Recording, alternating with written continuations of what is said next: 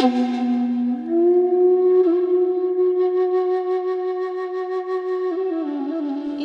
is a religion that much of Australia has difficulty relating to and understanding. It is important, however, for nurses and other health professionals to understand the Muslim culture and how to communicate effectively with Muslims so as to give them holistic care.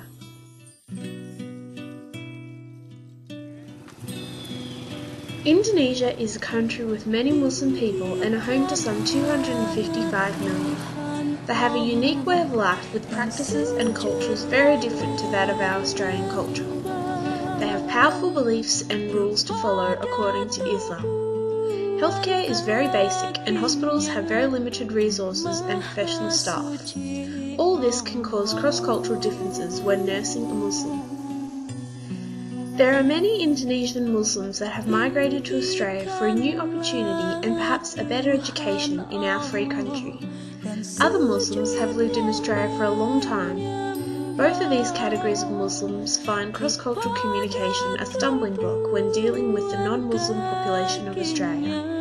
Uda and Indah are two examples of Muslims living in Australia.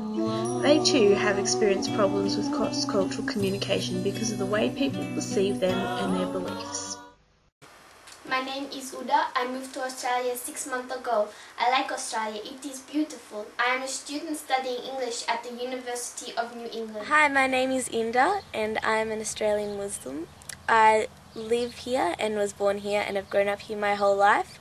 My father is Indonesian and my mother is Australian. Saya datang ke Australia karena saya dengar bahwa ini negara yang bebas dengan kepercayaan sendiri. Tetapi saya merasa banyak ketegangan dengan orang-orang ketika mereka melihat baju saya dan tahu saya orang Muslim. Saya pikir mereka marah kepada saya. I experience a bit of prejudice here in Australia, being a Muslim because of my beliefs. 2 bulan lalu saya pergi ke rumah sakit karena saya punya masalah dengan appendix. Itu sangat susah karena makanan tidak halal dan keluarga tidak boleh memberikan saya makanan dari rumah karena itu bebas. Ada juga perawat laki-laki yang mau merawat saya. Saya marah dan malu. One of the first questions we need to really ask is, can the patient understand English? Now, even though you ask the question, can you understand English? And they say yes. Yes may not necessarily mean yes.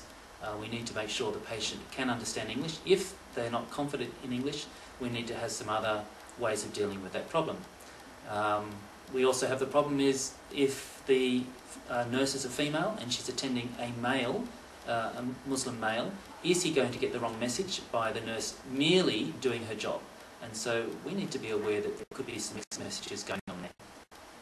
Saya mau pakai jilbab di kamar karena saya ada banyak orang-orang masuk keluar kamar saya. Ada juga orang yang lain tidur di kamar saya. Mereka semua orang perempuan dan itu tidak apa-apa, tetapi mereka semua juga kelihatannya tidak suka saya. Perawat tidak suka melolong saya.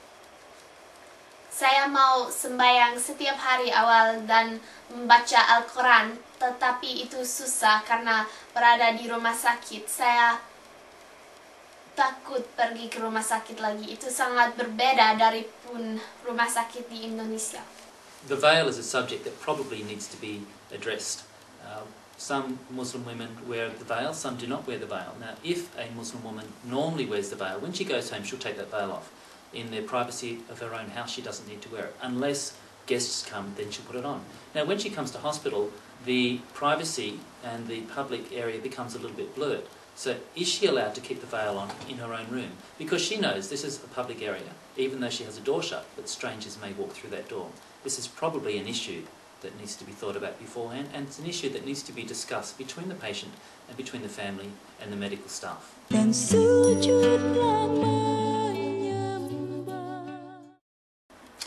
The best way to develop a cross-cultural understanding and avoid the problems that are often thrown up is through dialogue. We need to be able to talk with the patient and we need to be able to talk with the patient's family, and we also need to be pre-warned and pre-armed. If we know what problems could occur, we know how to deal with those problems before they occur. Islam itself, Islam provides a prescription for the whole of a way of life. It tells you how to do things, and it tells you the way you should do them. It tells Muslims what to eat and how to eat it. It tells them what to wear. It tells them how to wear things. It tells them where they can go. It tells them what they can do. It tells them about relationships. Islam enforces the importance of family. Family is very, very important to the Muslim. Islam teaches you about cultural practices. It teaches you about cultural practices such as how to wash, when to pray, where to pray, and even tells you how to go to the toilet. When Muslims and Westerners look at each other, they look at each other through coloured glasses. For example, when the Westerner looks at a Muslim, he looks at the way they dress, particularly how the women dress, and he feels that Muslims...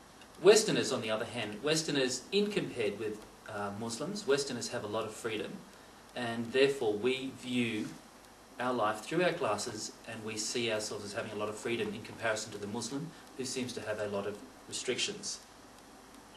And so even though we're looking at the same thing or we're looking at different things, we have these glasses on and they are giving us preconceived or different messages. We need to be very aware of this if we're going to work with people from another culture, particularly with those from a Muslim culture. Successful cross-cultural communication is achievable when working with Muslims in a nursing setting. The two key elements are communication and understanding. Communication with the patient and their family, and being understanding as well as having insight into certain aspects of their culture that may be an issue. Respecting a person's beliefs is crucial when providing holistic care, and nurses are able to demonstrate this when communicating across cultures.